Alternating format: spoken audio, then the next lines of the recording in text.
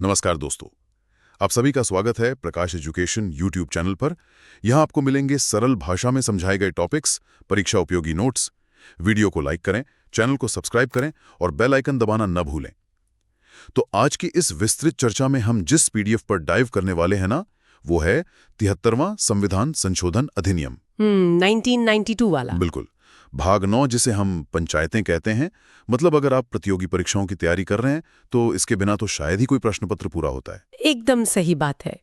और आज हमारे पास जो अध्ययन सामग्री है, जो अपलोड की गई पीडीएफ है, उसमें अनुच्छेद 243 से लेकर 243 ओ तक की पूरी जानकारी है। हम सिर्फ इसे ऊपर ऊपर से नहीं देखेंगे, बल्कि इसके पीछे का जो लॉजिक है वो समझेंगे। हाँ, क्योंकि परीक्षक वहीं तो फंसाते हैं। तो चलिए इसे थोड़ा विस्तार से समझते हैं। स्थानीय स्वशासन या लोकल सेल्फ गवर्नमेंट का ये जो पूरा ढांचा है, ये गांधी जी के ग्राम स्वराज के सपने को सच करता है। बिल्कुल। 1992 से पहले भी पंचायतें थीं, लेकिन वो राज्य सरकारों के भरोसे चलती थीं। हाँ।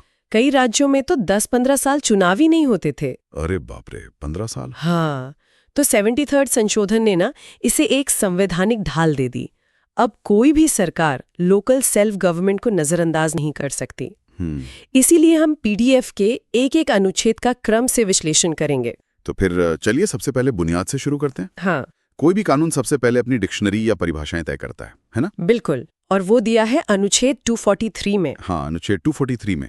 इसमें ग्राम सभा, मध्यवर्ती स्तर और पंचायत जैसे शब्दों को समझाया गया है। लेकिन एक बहुत ही दिलचस्प सवाल मेरे दिमाग में आ रहा था। पूछिए। अगर किसी इलाके को आधिकारिक तौर पर ग्राम या गांव घोषित करना हो, तो ये शक्ति किसके पास है? आमतौर पर तो ये लगेगा कि ये राज्य सरकार का काम है। और यहीं पर एग्जाम में बच्चे सबसे ज्यादा कंफ्यूज होते हैं। विकल्पों में आपको राज्य सरकार मिलेगा, विधानमंडल मिलेगा और राष्ट्रपति भी मिलेगा। तो सही जवाब क्या है? अनुच्छेद 243 बहुत स्पष्ट कहता है कि किसी भी क्षेत्र को ग्राम निर्दिष्ट करने का अधिकार सिर्फ और सिर्फ राज्यपाल की अधिसूचना द्वारा होता है। अच्छा, राज्यपाल। जी, राज्यपाल अपनी सार्वजनिक अधिसूचना से ये तय करते हैं। ये प्रीलिम्स के लिए एक बहुत बड़ा एग्जाम पॉइंट है। इसे तो नोट्स में पक्का हाईलाइट करना चाहिए। अब इसी से जुड़ी एक और संस्था है अनुच्छेद 243A में ग्राम सभा, जो कि इस पूरे पंचायती राज की नींव है। बिल्कुल। अगर सरल भाषा में कहें तो ये गांव की अपनी संसद है। इसमें गांव के वो सभी लोग शामिल होते हैं जिनका नाम उस गांव की मतदाता सूची में दर्ज है। एकदम सही। और ग्राम सभा को ना पंचायती राज की आत्मा कहा जाता है। इसका कारण समझना बहुत जरूरी है। क्या कारण है? देखिए, ग्राम पंचायत तो हर 5 साल में भंग हो जाती है ना? हाँ। लेकिन ग्राम सभा एक स्थायी निकाय है, एक परमानेंट बॉडी है। हाँ, क्योंकि मतदाता तो हमेशा रहेंगे। बिल्कुल, इसे कभी भंग नहीं किया जा सकता। और इसकी शक्तियां सीधे संविधान से नहीं आती, बल्कि राज्य विधानमंडल कानून बनाकर इसे शक्तियां सौंपता है। मतलब पंचायत काम करेंगी और ग्राम सभा निगरानी रखेगी। जी। चलिए, बुनियादी ढांचा तो समझ आ गया। अब देखते हैं कि ये इमारत खड़ी कैसे होती है। अनुच्छेद 243B और 243C में इसी संरचना का गणित दिया गया है। 243B बात करता है त्रिस्तरीय प्रणाली की, ग्राम स्तर, मध्यवर्ती यानी ब्लॉक स्तर और जिला स्तर। लेकिन मैंने पढ़ा कि ये हर जगह लागू नहीं होता। बिल्कुल लागू नहीं होता। और परीक्षा बनाने वालों का पूरा फोकस इसी अपवाद पर होता है। 243B में साफ लिखा है कि जिन राज्यों की जनसंख्या 20 लाख से कम है, ध्यान दीजिएगा, 20 लाख से कम, उनके लिए मध्यवर्ती स्तर बनाना अनिवार्य नहीं है। अच्छा, तो वो सिर्फ 2 स्तर बना सकते हैं? हाँ, ग्राम और जिला स्तर। क्योंकि छोटे राज्यों में प्रशासन का दायरा इतना बड़ा नहीं होता कि बीच में एक और लेयर की जरूरत पड़े। बहुत ही लॉजिकल पॉइंट है। अब अनुच्छेद 240C पर आते हैं, जो ये बताता है कि इन पंचायतों की संरचना कैसी होगी, चुनाव कैसे होंगे। चुनाव लोकतंत्र की सबसे अहम कड़ी है। बिल्कुल। तो नियम यह है कि सभी स्तरों पर, चाहे ग्राम हो, मध्यवर्ती हो या जिला पंचायत के सदस्यों का चुनाव सीधे जनता द्वारा होगा, डायरेक्ट इलेक्शन। सदस्यों के मामले में तो डायरेक्ट इलेक्शन है, लेकिन अध्यक्ष के चुनाव में कहानी थोड़ी बदल जाती है। वो कैसे? मध्यवर्ती और जिला स्तर पर जो अध्यक्ष चुने जाते हैं ना, उनका चुनाव हमेशा अप्रत्यक्ष यानी इनडायरेक्ट होता है। मतलब चुने हुए सदस्य आपस में से ही किसी को अध्यक्ष चुन लेते हैं? बिल्कुल सही, ताकि किसी एक व्यक्ति के पास जिले की पूरी निरंकुश शक्ति ना आ जाए।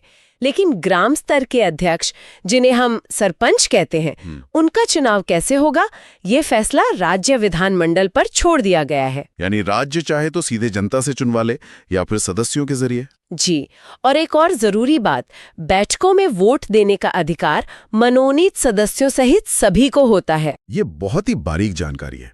चुनाव प्रक्रिया से आगे बढ़ें तो हम आरक्षण, कार्यकाल और योग्यताओं पर आते हैं। अनुच्छेद 243D, E और F। 243D तो वाकई भारतीय समाज के लिए एक क्रांतिकारी कदम था। एकदम सच कहा।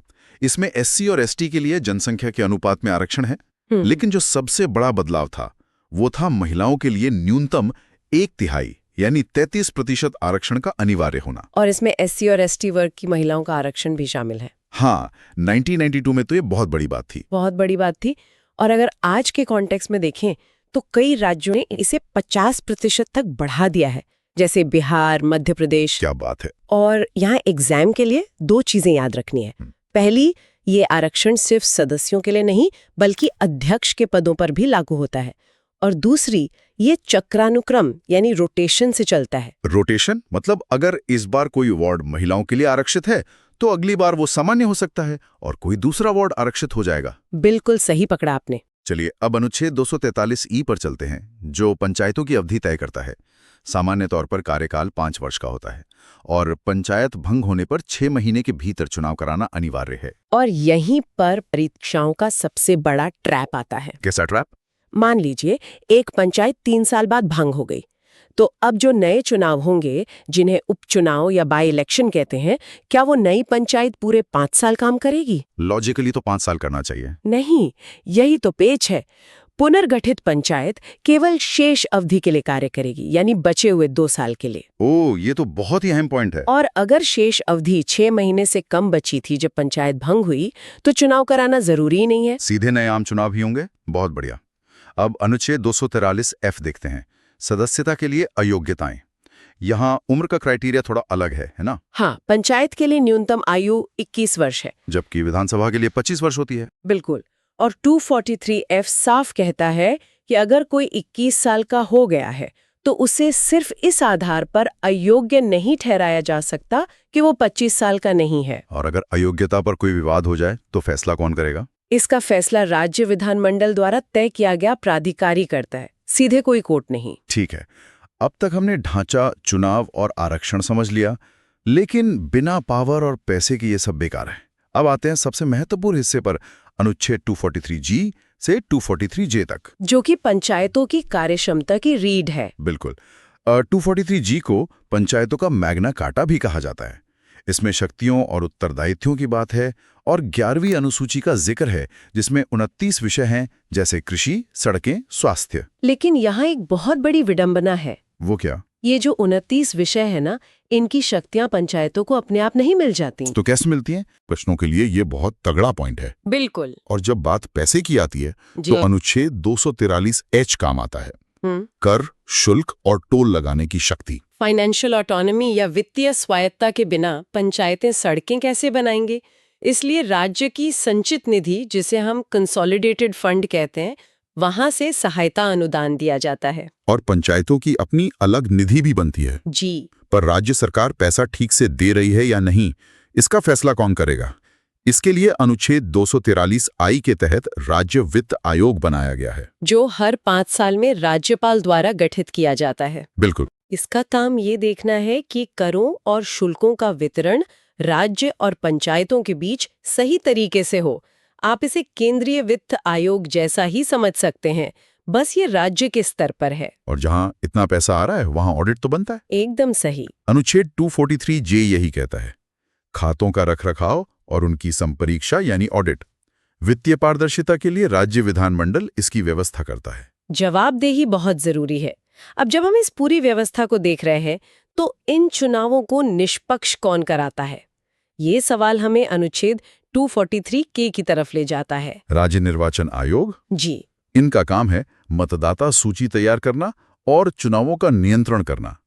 लेकिन बहुत से स्टूडेंट्स को लगता है कि जो चुनाव आयोग केंद्र के चुनाव कराता है वही पंचायत के भी कराता होगा। और एग्जामिनर इसी गलतफहमी का फायदा उठाते हैं। भारत का निर्वाचन आयोग पंचायत चुनाव में कोई दखल नहीं देता। तो ये पूरी तरह से राज्य निर्वाचन आयोग की जिम्मेदारी है, उन पर कोई राजनीतिक दबाव ना बना सके। क्या बात है, एकदम ठोस सुरक्षा।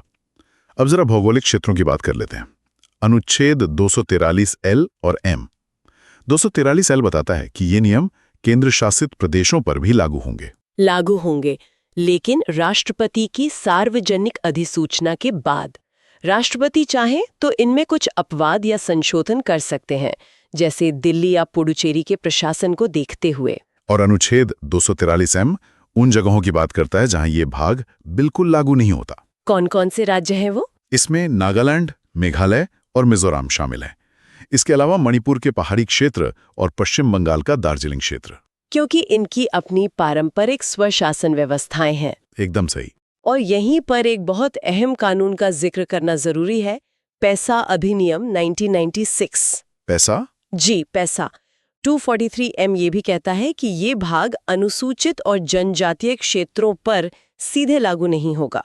इसलिए भूरिया समिति की सिफारिश पर संसद ने पैसा अधिनियम बनाया, ताकि आदिवासियों की संस्कृति और परंपरा सुरक्षित रहें। बिल्कुल, ये परीक्षा के लिए एक बहुत बहुत जरूरी पॉइंट है।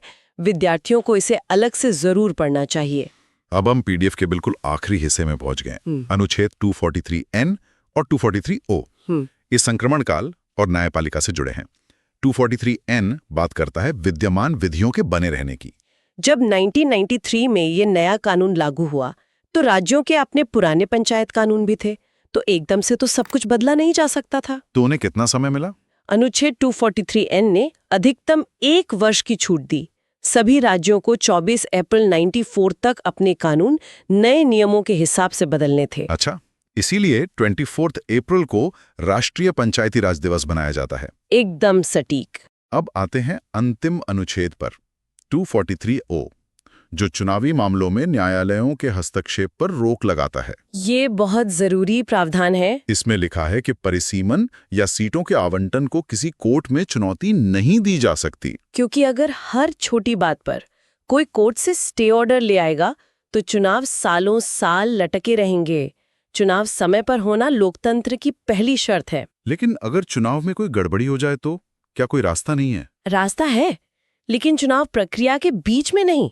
चुनाव खत्म होने के बाद केवल चुनाव याचिका या इलेक्शन पिटीशन के जरिए ही शिकायत की जा सकती है। और ये याचिका सीधे कोर्ट नहीं जाती? नहीं, ये उस प्राधिकारी के पास जाती है जिसे राज्य विधानमंडल ने तय किया हो। तो ये था अनुच्छेद 243 से 243O तक का पूरा सफर। एक एक बारीकी हमने पीडीएफ के अनुसार कवर कर ली है। अगर इस पूरी चर्चा का सार निकालें तो 73rd संशोधन ने सत्ता के विकेंद्रीकरण को असल में जमीन पर उतारा है। इसने ग्रामीण भारत की तस्वीर ही बदल दी है। ये सिर्फ प्रशासन नहीं है, ये लोकतंत्र को घर घर पहुंचाने का सबसे मजबूत प्रयास है। मैं पूरी तरह सहमत हूं। और अंत में एक विचार है जिसपे सभी विद्यार्थियों को गौर करना चाहिए। सोचकर देखिए, जब सत्ता सीधे उन लोगों के हाथ में होती है जो उस गांव की मिट्टी से जुड़े हैं, तो नीतियां वातानुकूलित कमरों से नहीं बल्कि चौपालों से बनती हैं। बिल्कुल। क्या आपको लगता है कि स्थानीय स्वशासन से जो असली नेता उभर कर आए हैं, उन्होंने राज्य और केंद्र की राजनीति की दिशा भी बदल दी है?